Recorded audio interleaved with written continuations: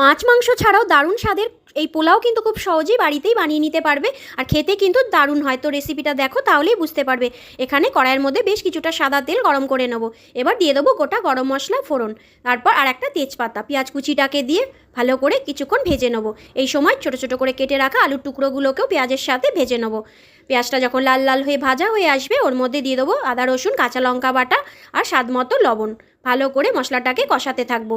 এবার দিয়ে দেবো ধনে জিরে, সামান্য একটু লঙ্কার গুঁড়ো আর হলুদের গুঁড়ো। খুব ভালো করে মশলাটাকে কষিয়ে নেব। পুরোপুরি কষে এলে এখানে বিরিয়ানির যে মশলা হয় সেই গরম মশলাটা দিয়ে দিলাম। আর আগে থেকেই আমি সোয়াবিন সেদ্ধ করে রেখেছিলাম, সেই সোয়াবিনটাকেও মশলার সাথে ভালো করে ভেজে নেব। সামান্য একটু চিংড়ি মাছও ভেজে রেখেছিলাম, সেটা দিয়ে দিলাম। তবে চিংড়ি মাছ ছাড়াও কিন্তু সোয়াবিন দিয়ে পোলাওটা দারুণ লাগে খেতে।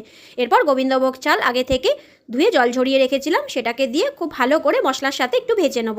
চালটা ভাজা হয়ে এলে ফুটন্ত গরম জল দিয়ে ভালো করে ঢাকনা চাপা দিয়ে গ্যাসের ফ্লেমটাকে একটু কমিয়ে দিয়ে চালটাকে সেদ্ধ হতে দেবো। আলু চাল প্রায় সেদ্ধ হয়ে এলে ঢাকনা সরিয়ে নিয়ে ওর মধ্যে দিয়ে দেবো স্বাদের জন্য সামান্য একটু চিনি, আর ওপর থেকে বেশ কিছুটা ঘি ছড়িয়ে দেবো। ভালো করে নেড়ে চেড়ে মিশিয়ে নামিয়ে নিলেই তৈরি হয়ে গেল দারুণ স্বাদের এই পোলাও। এইভাবে একবার সোয়াবিনের পোলাও বানিয়ে দেখতে পারো, বাচ্চারা কিন্তু দারুণ মজা করে খাবে, এটুকু আমি কথা দিচ্ছি।